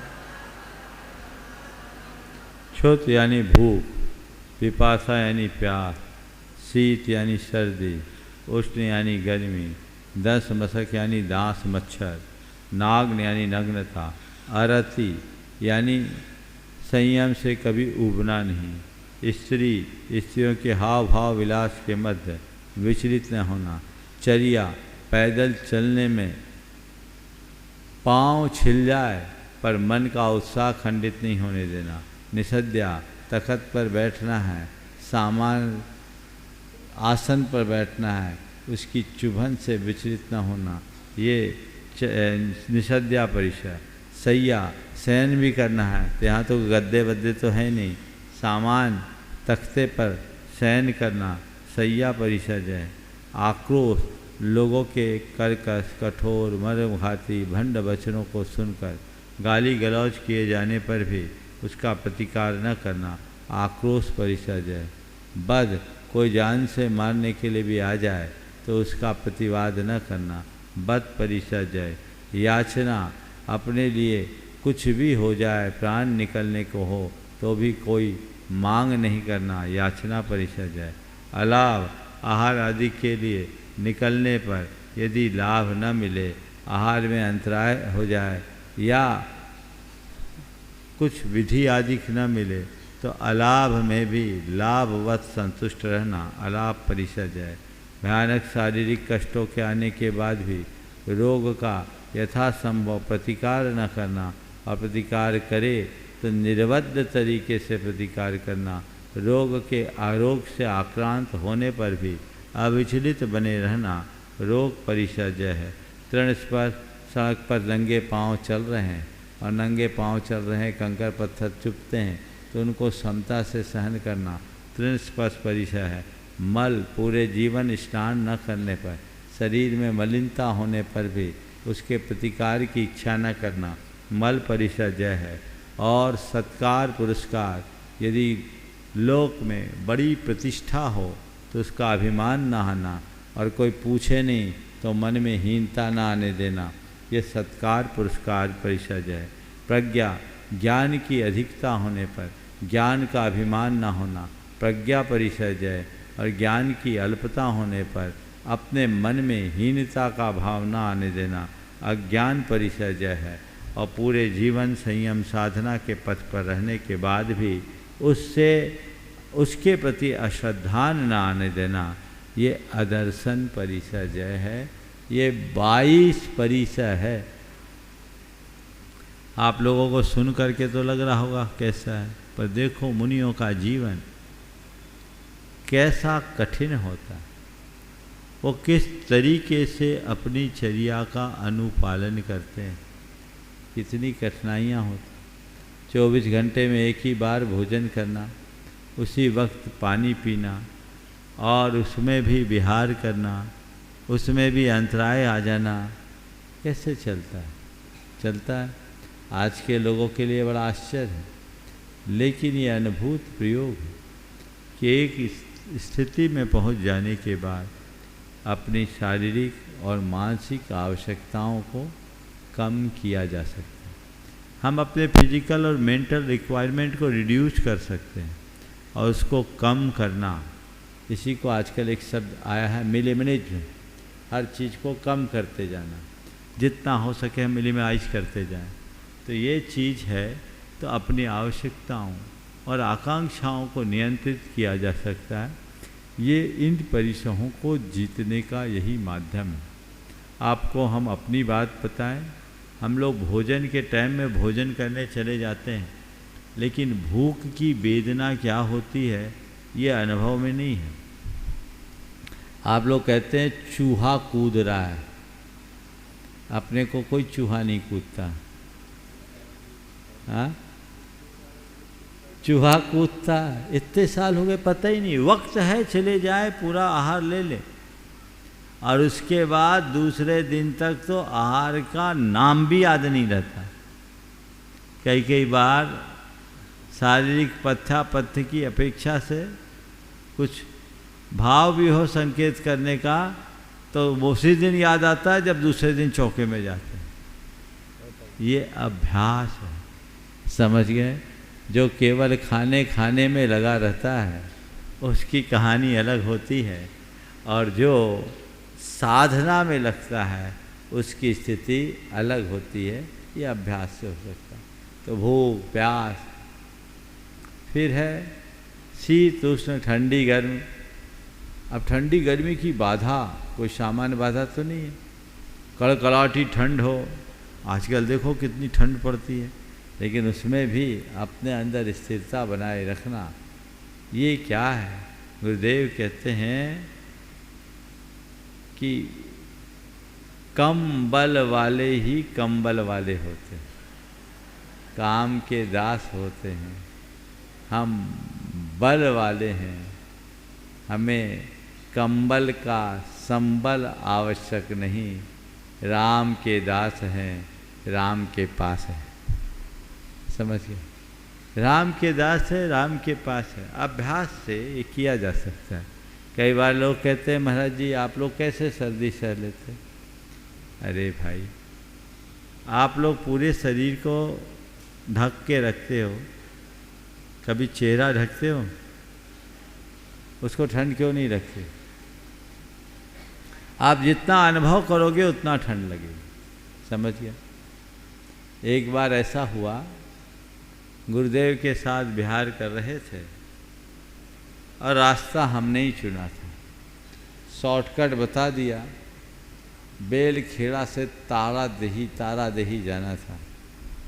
अब हम लोग चले, बता दिया 18 किलोमीटर है, शॉर्ट है, और वो निकल गया 18 माइल। अब संग उस दिन कई जगह बैठ गया। एक पहाड़ चढ़े, फिर उतरे, फिर दूसरा पहाड़ चढ़े, फिर उतरे। 1993 की बात है। तो भी तारादेही नहीं पहुंच पाए। उससे 4 किलोमीटर पहले एक गांव में रुकना पड़ा। आनन फानन में कोई जगह थी नहीं। एक स्कूल मिला जिसमें बड़े टाइल वाले जो विदेशी खप्पर होते वो खप्पर थे, और 7-8 खप्पर गायब थे। पूरा झरोखा चांदनी दिखती थी, और जो उसकी दरवाजे थे वो लगने वाले नहीं थे, वो बाबा आदम जमाने के थे। बड़े बड़े वेंटिलेटर थे, उसमें कुछ भी नहीं था, हवा आने की पर्याप्त गुंजाइश थी। और उस दिन आचार्य महाराज के साथ हम 5 साधु और रहे, 6 के 6 बिना चटाई वाले। रात भर ठंड लगी। आचार्य महाराज को हम लोगों ने एक किनारे कर दिया, थोड़ा सा लोगों ने दरी अरी लगा के कवर किया, और बाकी हम लोग एक तरफ, एक ही कमरा था, उसी में हम लोग 6 लोग थे। ठंड लगी। साधुओं ने भी कहा कैसी जगह देखे, हमारे महाराज लोगों ने आपके कारण ऐसा हुआ। हम क्या बोले, गलती तो हो ही गई। सवेरे जब आचार्य महाराज के पास गए, तो आचार्य महाराज का स्वभाव बड़ा विनोदी था। उनने हमको देखते ही पूछा, सुन तो लिया था कि टारगेट बने हुए हैं, सब हमको टारगेट बना चुके थे, अब वो उपाय भी नहीं था। हमसे पूछा कैसी कटी रात। कैसी कटी रात, मैंने कहा सुबह की प्रतीक्षा में। कैसी कटी रात? सुबह की प्रतीक्षा में। फिर उन्होंने जो बात कही वो बड़े पते की। उनने कहा उन श्रावकों को धन्यवाद दो जिनने रात भर इतना परिसर सहने का अवसर दिया। उन पर गुस्सा करने की जगह उनको धन्यवाद दो, नहीं तो अनुकूलता में बैठे रहते। ये मौका मिला ना, क्या बिगड़ा? रात भर थोड़ी ठंड लगी, लेकिन रात तो कट गई। और फिर वो दोनों मुट्ठी बंद करते हुए कहे, जवान भाई ठंड कितनी, मुट्ठी बंद कर लो, ठंड बोल। ये उनकी स्टाइल। ठंड कितनी है? ऐसे बैठे, बोले ठंड कितनी सी? मुट्ठी भर ठंड है। बोले दोनों हाथ की मुट्ठी बंद कर लो, ठंड गोल। तो ये उनका दृष्टिकोण था। और कितनी ऊंची बात कही, उन श्रावकों को धन्यवाद दो जिनके कारण रात भर परिसर सहने का अवसर प्राप्त हुआ। हमने कहा चलो बच गए हम, लेकिन हो जाता है। तो ये चीज़ें अभ्यास में, हालांकि ऐसा सुनकर तुम लोगों को, हम लोगों को प्रयोगशाला मत बना देना, नहीं तो मामला ही गड़बड़ हो जाए, है ना। उससे विपरीतता भी आती है। श्रावकों को विवेक से काम करना चाहिए, और साधु तो सब बात को साध लेते हैं, तभी आगे बढ़ते हैं। इसी तरह गर्मी की, दांस मच्छर की, आजकल दांस मच्छर एक बहुत बड़ी समस्या आ गई। अब क्या करें? हिंसक प्रतिकार तो इनका करना नहीं चाहिए, निर्बद्ध प्रतिकार करना चाहिए। अगर प्रतिकार न करे तो मलेरिया हो जाए, डेंगू हो जाए, चिकनगुनिया हो जाए तो और लेने का देना हो जाए। अपने शरीर की रोग प्रतिरोधक क्षमता ज़्यादा नहीं है। ये परिसा उत्तर गुण है, इसको जितना बन सके उतना करे। निर्बद्ध तरीके से इनका प्रतिकार किया जा सकता है। साधु संतों के रहने के स्थान को इस तरीके का बनाए जहाँ इनका आक्रमण अधिक न हो। ऐसे एक प्रयोग लोगों ने किया और बंद कमरे में ये बहुत सफल भी दिखता है। नींबू के 2 फाड़ करे और एक एक हिस्से में 7-7 लौंग खोस के रख दो। हाँ, नहीं, फाड़ करके करते हैं। नींबू के 2 टुकड़े करो और दोनों टुकड़ों में आप लौंग घोस दो, तो उसकी गंध से मच्छर पास नहीं आते। और संतरे के छिलके का धुआं कर लेने से भी मच्छर पास नहीं आते। तो ये जो चीज़ें हैं आप लोग प्रयोग करके देख सकते हैं। नग्न दिगंबर मुद्रा धारण करना और निर्विकार रहना कोई सरल बात नहीं है। नाग्न परिसर जय है। एक स्थान पर एक धर्म विद्वेषी व्यक्ति था। मुनि महाराज वहाँ थे और उसने क्या किया, नग्न होकर, गजरा पहनकर, ढोल धमाका लेकर सीधे तालाब के पास जाने शुरू कर दिया। लोगों को बुरा लगा। अब लोगों ने पुलिस को शिकायत की, उसको पकड़ने की बात की गई। तो उसने कहा जब जैन साधु नग्न जा सकता है तो मैं क्यों नहीं जा सकता। तो उस समय वहाँ की जो एसपी थी, एक महिला थी, उसने बहुत बड़ी बात कही। उसने कहा जैन साधु केस रोज करता है, तुम केस रोज करके बता दो तो हम जानेंगे। इस तरह की नौटंकी करने की ज़रूरत नहीं। फिर उसको अंदर किया गया और लंबे समय तक अंदर रहा, तब ये व्यवस्था बनी। नग्न दिगंबर मुद्रा को धारण करना कोई साधारण बात नहीं है। ये भी एक परिसर है। आरती, पूरे जीवन संयम में लगने के बाद भी संयम से ऊबना नहीं। एक बार एक बहन जी ने हमसे कहा, महाराज जी हम लोग रोज़ वही खाना बनाते हैं, वही घर गृहस्थी का काम करते हैं, हम लोग तो ऊब जाते हैं। आप लोग नहीं ऊबते, वही प्रवचन करना, वही स्वाध्याय करना, वही सामायिक करना, आपको ऊब नहीं आती। हमने कहा जो अपने में डूबे रहता है वो कभी ऊबता नहीं। क्या बोला? जो अपने में डूबा रहता है वह कभी ऊबता नहीं। तुम्हारे रोज के भोजन पानी का एक ही अनुभव है और हमारे हर सामायिक का नया अनुभव है, हर स्वाध्याय का नया अनुभव है, इसलिए वो उत्साह बनाए रखता है। इसी तरह स्त्रियों के मध्य उनके हाव भाव विलास से प्रभावित रहना। चर्या पैदल चलते समय पाँव छलनी हो जाते हैं, रक्त की धार बाहर आती है, तो भी मन में मलिनता ना आने देना, ये चर्या परिषद है। 1993 में गुरुदेव के साथ रामटेक जा रहे थे। सड़क पूरी छीली हुई थी, सड़क बिल्कुल खुरदरी थी और ऊपर की जो जीरो गिट्टी है ना वो नहीं पड़ी थी, और तपन बहुत नस्तर से चुभ रहे थे। हम लोगों के पैर बिल्कुल छीले हुए थे, आचार्य महाराज के पैर भी छीले हुए थे और हर कदम में खून आता था। मैं साथ साथ चल रहा था। हमने ऐसे ही कहा, गुरुदेव तीर्थंकरों का अच्छा सिस्टम है। बोले क्या? तीर्थंकरों का अच्छा सिस्टम? उन्होंने पूछा क्या? हमने कहा फूल बिछ जाते। तीर्थंकरों का अच्छा सिस्टम है। बोला क्या? बोले उनके लिए फूल बिछ जाते हैं। उन्होंने कहा 4 अंगुल ऊपर चढ़ने की क्षमता ले आओ, तुम्हारे लिए भी बिछ जाएंगे। ये चर्या परिषद, निषद्या, एक आसन पर लंबे समय तक बैठे रहना, आसन परिवर्तन न करना, ये निषद्या परिषद है। शयन करने के लिए भी तखत आदि पर सोना बिना कुछ बिछाए, ये शय्या परिषद है। आक्रोश की बात मैंने कह दी, बद की बात भी मैंने कह दी। याचन, आलाप, रोग, तिरस्पर्श, मल, सत्कार, पुरस्कार, प्रज्ञा, अज्ञान और अदर्शन, ये 22 परिसर हैं जिनकी चर्चा हमने पहले कर ली। आगे बढ़ते हैं क्योंकि अध्याय भी मुझे पूरा करना है। अब ये परिसर जो 22 परिसर हैं, ये किनके होते हैं ये आगे बता रहे हैं। सूक्ष्म सांप्राय छदमस्त वीतराग्यो चतुर्दश।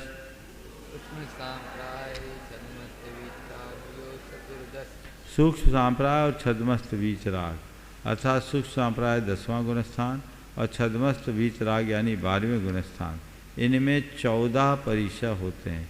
गुणस्थान 14 होते हैं, जिसमें 10वें और 12वें गुणस्थान तक ये 14 परिसर होते हैं। वे हैं क्षुधा, तृषा, शीत, उष्ण, दंश, मशक, चर्या, शय्या, बध, अलाभ, रोग, त्रिस्पर्श, मल, प्रज्ञा और अज्ञान। यानी वहाँ वेदिनी कर्म जन 11, दर्शन मौन और ज्ञानावरण के संबंधित प्रज्ञा और अज्ञान और अंतराय कर्म से संबंधित अलाभ परिसर, ये 14 परिसर होते हैं। एकादश जिनेंद्र भगवान के लिए 11 परिसर होते हैं जो वेदनी कर्म के सद्भाव के कारण होते हैं। इनके परिसर होते जरूर हैं पर उनका कोई असर नहीं पड़ता, क्योंकि परिसर तभी तक हमें प्रभावित करते हैं जब तक मोह कर्म का उदय होता है। उनके लिए मोह नहीं होता, इसलिए उसका असर नहीं होता। बादर सांपराये सर्वे, बादर संप्राय यानी स्थूल कसाय वाले, यानी 6ठे 7वें गुणस्थान में सभी, और 8वें 9वें गुणस्थान में अदर्शन परिसर को छोड़कर 21। ठीक है, एक साथ सभी नहीं होते, एक साथ 20 ही होते हैं।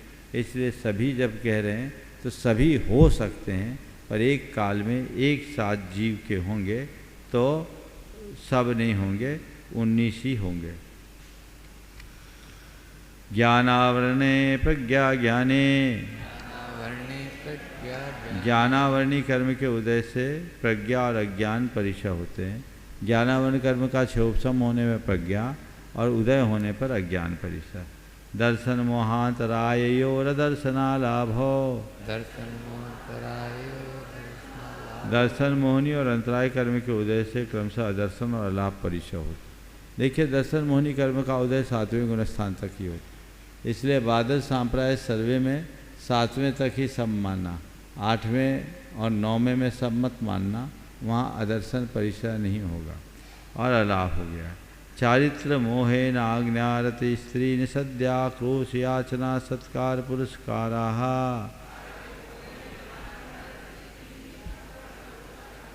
चारित्र मोहनी कर्म के उदय से मन में विकार आते हैं और नाग्न, अरति, स्त्री, निषद्या, आक्रोश, याचना और सत्कार पुरस्कार, ये सब चारित्र मोहनी कर्म के उदय से होते हैं। वेदनीय शेषाहा,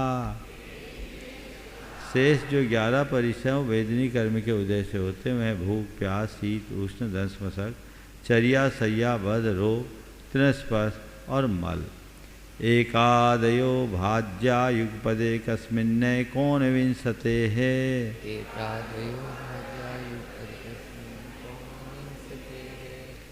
एक को आदि लेकर एक साथ एक जीव के 19 परिसर होते हैं। ठीक है, कितने होंगे? एक साथ एक जीव को अधिकतम 19 परिसर होंगे। क्यों? एक काल में शीत और गर्मी दोनों नहीं रख सकती, तो शीत गर्मी में कोई एक, और चर्या, निषद्या या सैया, इन तीन में से कोई या तो चलेंगे या बैठेंगे या सोएंगे, तीनों काम तो एक साथ नहीं होगा। तो इन 5 में कोई 2 होने से 3 घट जाते हैं, तो 19 होते हैं। इस प्रकार परिसर जय की बात हुई। अब चारित्र की बात है। सामायिक छेदोपस्थापना परिहार विशुद्धि सूक्ष्म सांप्राय यथा ख्यातमिति चारित्रम।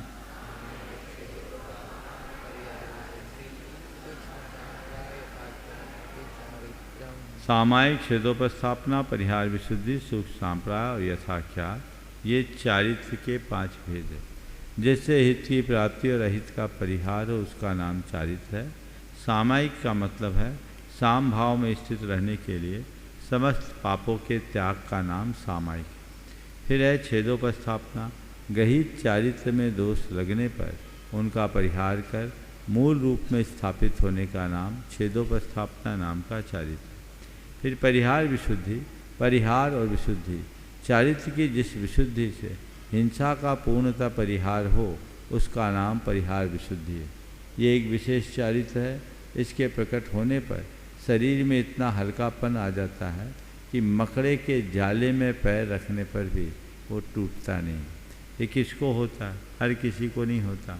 जो 30 वर्ष तक घर में रहकर भोग का अनुभव करता है, उसके उपरांत तीर्थंकर भगवान के पादमूल में दीक्षित होकर 8 वर्षों तक प्रत्याख्यान पूर्व का अध्ययन करते हैं, अर्थात खूब त्याग तपस्या का अध्ययन करते हैं। उनमें से किन्हीं किन्हीं मुनिराजों को ये परिहार विशुद्धि चारित्र प्रकट होता है। ऐसे मुनिराज कम से कम 3 कोस रोज चलते हैं। इनका चौमासा नहीं होता, ये सतत बिहारी होते हैं। अत्यंत सूक्ष्म लोभ कषाय के साथ रहने वाला चारित्र जब 10वें गुणस्थान में होते हैं तो सूक्ष्म सांप्राय होता है। और यथाख्यात समस्त मोह कर्म के अभाव होने पर जो आत्मा के शांत स्वरूप को प्रकट करता, उस चारित्र का नाम यथाख्यात चारित्र है। ये 5 प्रकार के चारित्र की बात हुई, जो कर्म की के संवर और निर्जरा का विशेष कारण है। अब है तप, जिससे निर्जरा होती है। वे तप मूलतः 2 प्रकार के हैं, बाह्य तप और अभ्यंतर तप। बाह्य तप जो बाहर से दिखाई पड़े या जो बाह्य द्रव्यों के आलंबन पूर्वक हो, और अभ्यंतर तप जिनका संबंध मनोनिग्रह से हो। ये बाह्य और भीतरी 2 प्रकार के तप हैं। उनमें सबसे पहले बाह्य तप के भेदों का स्वरूप बताते हैं। अनशनामौदर्य वृत्ति परिसंख्यान रस परित्याग वियुक्त शय्यासन काय क्लेशा बाह्यम तपः। अनशनामौदर्य वृत्ति परिसंख्यान रस परित्याग वियुक्त शय्यासन काय क्लेशा बाह्यम तपः। अनशन अवमौदर्य वृत्ति परिसंख्यान रस परित्याग वियुक्त शय्यासन और काय क्लेश, ये बाहरी तप है। अनशन का मतलब क्या? उपवास। आहार के परित्याग का नाम अनशन है। आप लोग अभी उपवास कर रहे हैं, लेकिन केवल भोजन को त्यागने का नाम अनशन नहीं। भोजन के साथ विषय कषायों का भी त्याग होना चाहिए। कषाय विषयाहार त्यागो यत्र विधीयते उपवास सस्तुज्ञेय शेषम लंघनकम मतम, अर्थात जहाँ भोजन के साथ विषय कषाय का त्याग हो वही उपवास है, बाकी सब लंघन के अंतर्गत आते हैं। इसलिए जिस दिन उपवास हो उस दिन दुनियादारी से मुक्त रहना चाहिए। उपवास कर रहे हैं और टीवी देख देख कर समय काट रहे हैं तो कर्म नहीं कटेंगे, समय कटेगा। उपवास कर रहे हैं और पूरा दिन मोबाइल में रमा रहे हैं, आपके कर्म नहीं कटेंगे, समय कटेगा। उपवास के दिन अंतर्मुखता रखो। उपवास के दिन कोशिश करो घर गृहस्थी और व्यापार धंधे का भी काम न करें। अभी बहुत सारे लोग हैं जो उपवास कर रहे हैं, लेकिन दुकान भी जा रहे हैं, दफ्तर भी जा रहे हैं, दुनियादारी का काम भी कर रहे हैं। ये उचित नहीं। उपवास का मतलब उपवास है, अपने निकट वास करना ही वास्तविक उपवास है, और इस उपवास को हमेशा करना चाहिए। लंघनम परम औषधम, हमारे यहाँ पुराने ज़माने में कहा जाता था कि उपवास परम औषधि, समझ गए? तो इसको कभी भूलना नहीं चाहिए। और लोगों का ये भ्रमपूर्ण विश्वास है कि उपवास करने से कमजोरी आती है। ये बिल्कुल नहीं। उपवास करने से शरीर की विकृति नष्ट होती है और पहले से कहीं ज़्यादा ऊर्जा आती है। शरीर डिटॉक्सिफाइड होता है, शरीर की विषाक्तता खत्म होती है। ऑटोफेजी जो आज एक विज्ञान विकसित हुआ, जिस पर जापान के एक विद्वान को नोबेल प्राइज़ मिला, वो तो बताते हैं कि इसके माध्यम से कैंसर जैसी जानलेवा बीमारी से भी मुक्ति पाई जा सकती है। इसलिए उपवास के प्रति सभी को उत्साहित रहना चाहिए। महिलाओं में उपवास की अभिरुचि तो दिखती है, पुरुषों में उपवास का चलन 10 लक्षण को छोड़कर बहुत कम दिखाई पड़ता। प्रत्येक व्यक्ति को एक न एक ऐसा व्रत लेना चाहिए जिससे महीना 15 रोज में एकाध उपवास हो सके और वो उसके माध्यम से अपने शरीर को साध सके। हर मामले में अपने आप को महिलाओं से 21 मानने वाले यहाँ कमज़ोर क्यों पड़ जाते हैं, मुझे समझ में नहीं आता। उन्हें यहाँ भी मजबूत बनना चाहिए और इसके लिए अभ्यास करना चाहिए, तभी आगे चलकर आप अपनी संलेखना की साधना कर पाएंगे। औम औदर्य, भूख से कम खाना। अवम औदर्य, औदर यानी उदर, उदर से जो पेट से कम खाना, पूरा ठूस ठूस के नहीं खाना। आप लोगों को एक आसन चल रहा है ना, तो एक ने पूछा महाराज एक आसन का मतलब क्या? बोले एक बार का भोजन करना। बोले महाराज अच्छा बता दिया, हमने तो अभी तक ये माना था एक आसन पर बैठकर खाने का नाम एक आसन, तो दोनों वक्त का एक ही बार खा लो। एक आसन एक आसन, समझ गए?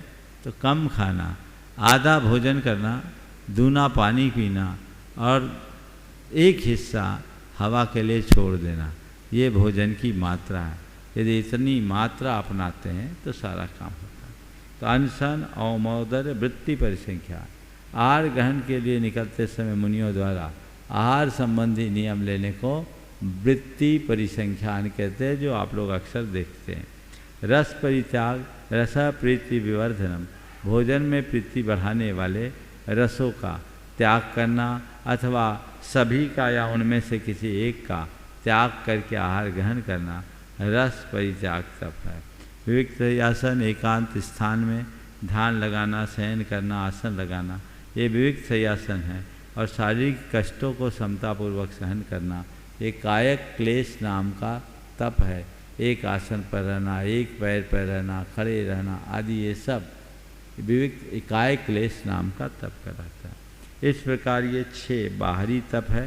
कोई ज़रूरी नहीं इन तपों के होने पर हमारे भीतर कुछ घटे, लेकिन आंतरिक तप को बढ़ाने में ये साधन है, इसलिए बाह्य तप आलंबनीय है।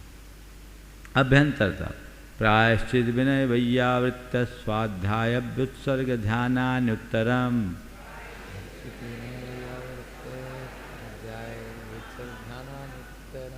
प्रायश्चित विनय वैयावृत्त स्वाध्याय व्युत्सर्ग और ध्यान, ये उत्तर अर्थात अभ्यंतर तप है। किए गए दोषों का शोधन करना, अपराधों के शोधन की प्रक्रिया को प्रायश्चित कहते हैं। प्रायश्चित को प्रायः लोग दंड मानते हैं। दंड तो पनिशमेंट है, ये रिपेंटेंस है। पनिशमेंट और रिपेंटेंस में अंतर है। दंड दिया जाता है और प्रायश्चित लिया जाता है, समझिए, अपने कल्याण की भावना से लिया जाता है।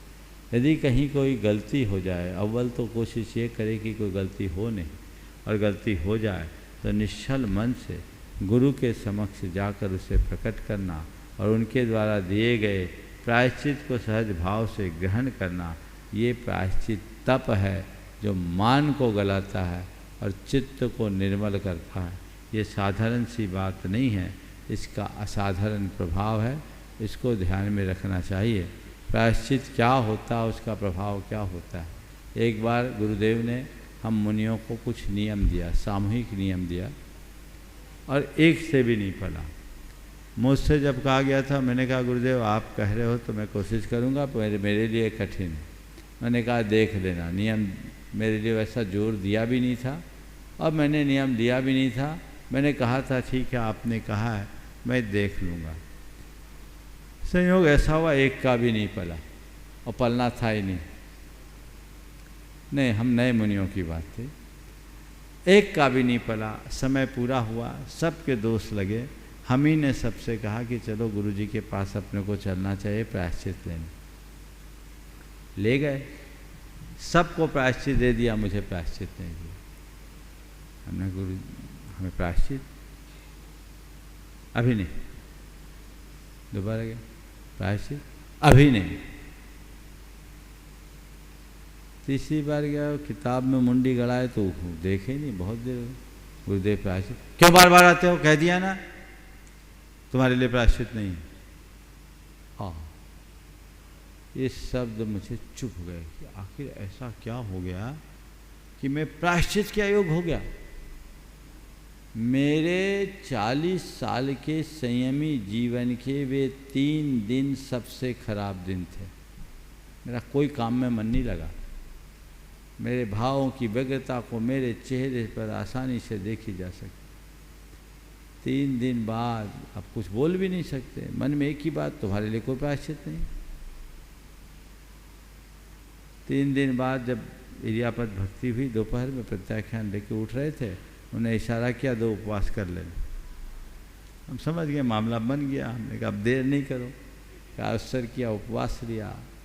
2 उपवास पूरा हो गया। उसके बाद जब गुरुदेव से कहा 2 उपवास पूर्ण हुआ, और सबको भी मिला था 2 उपवास, तो समझ तो गए थे कनेक्शन क्या है। हमने कहा गुरुदेव आपने सबको प्रायश्चित दिया और मुझे प्रायश्चित क्यों नहीं दिया। उन्होंने जो एक बात कही वो ध्यान देने योग्य है। उन्होंने कहा मैं ये देखना चाहता था प्रायश्चित नहीं देने का परिणाम क्या होता है। प्रायश्चित नहीं देने का परिणाम क्या होता है। प्रायश्चित को इतना इजी मत समझो। अपराध बोध होते ही जब तक प्रायश्चित न हो तब तक मन में विचलन हो तो तप है, और नहीं तो प्रायश्चित एक फॉर्मेलिटी। प्रायश्चित फॉर्मेलिटी नहीं है, अंतरंग तप। इसी प्रकार विनय, पूज्य पुरुषों एवं मोक्ष के साधनों के प्रति हार्दिक आदर भाव रखना विनय तप है। गुणों के अनुराग पूर्वक संयमी जनों की सेवा शुश्रूषा करना, उनके कष्टों का निवारण करना, ये वैयावृत्त तप है। आलस्य के त्याग और ज्ञान की भावना को स्वाध्याय कहते हैं, और अहंकार और ममकार के त्याग का नाम काय उत्सर्ग है, और अंतिम है ध्यान। मन की एकाग्रता का नाम ध्यान है। ये सब अभ्यंतर तप हैं। इनके भेदो भेद आगे के सूत्रों में। 9 14 15 भेदा यथा क्रमम प्राग ध्याना। 9 14 15 भेदा यथा क्रमम प्राग ध्याना।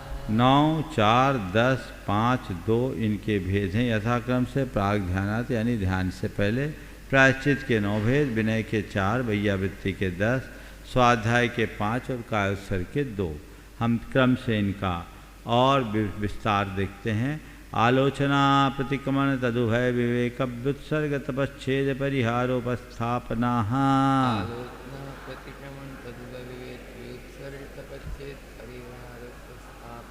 आलोचना प्रतिक्रमण तदुभय विवेक व्युत्सर्ग तप छेद परिहार और उपस्थापना के भेद से ये प्रायश्चित के 9 भेद हैं।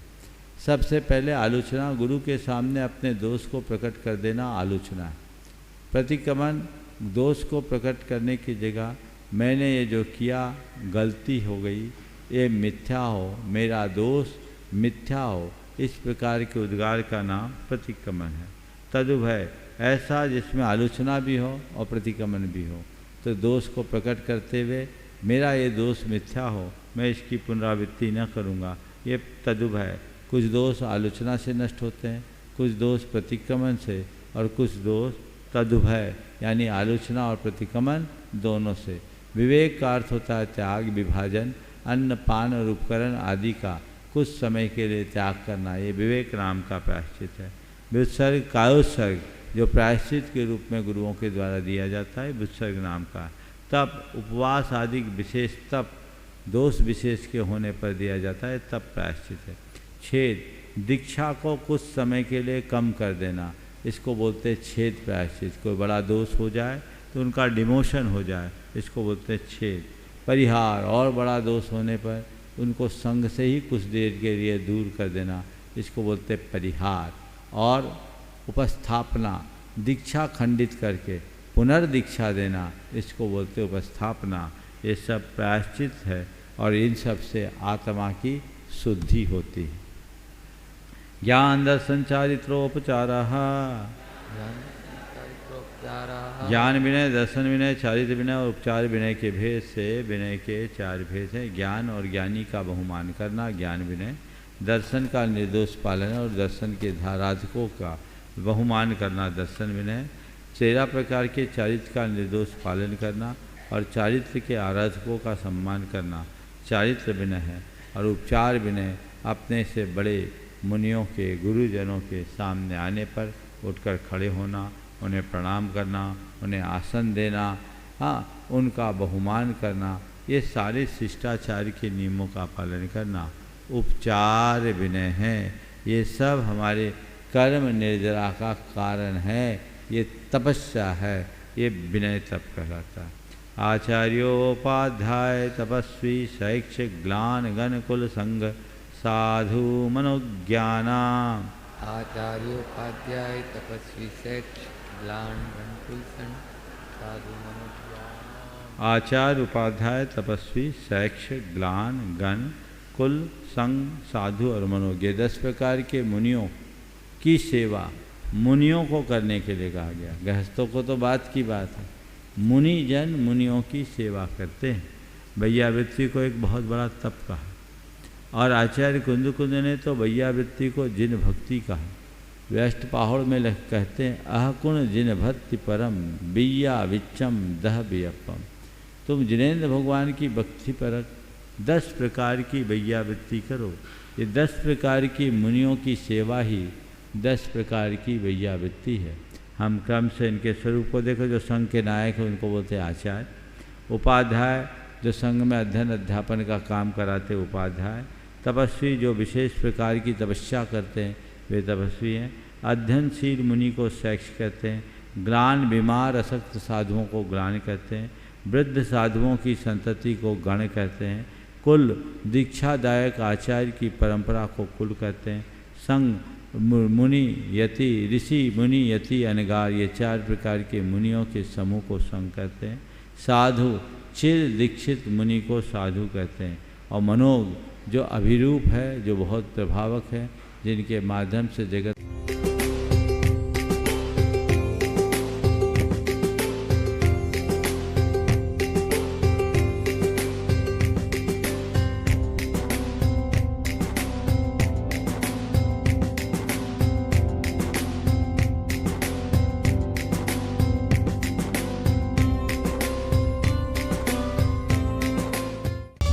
इस कार्यक्रम के पुण्यार्जक हैं पुण्यशाली श्रावक श्रेष्ठी परिवार श्री कंवरीलाल जी सेठी एवं श्री सुमेरमल जी छाबड़ा की स्मृति में सेठी छाबड़ा परिवार निवासी गुवाहाटी एवं कोलकाता, श्रीमती रतनमणि देवी सेठी, श्रीमती इंदिरा देवी छाबड़ा, श्रीमती प्रीति जैन, श्री सुरेंद्र जैन, श्रीमती रिया जैन, श्री सिद्धांत जैन, पौत्री दामाद, श्रीमती सलोनी, श्री सिद्धांत जी रारा, दुल्हन साड़ी, श्रीमती मोनिका जैन, श्री अजीत जैन, आयुषी अर्नव, श्रीमती रितिका जैन, श्री विनीत जैन, विवान देवर्ष, पुत्री एवं दामाद श्रीमती ऋतु चूड़ीवाल, श्री सुधीर जी चूड़ीवाल, दोहित्र ऋषित हार्दिक।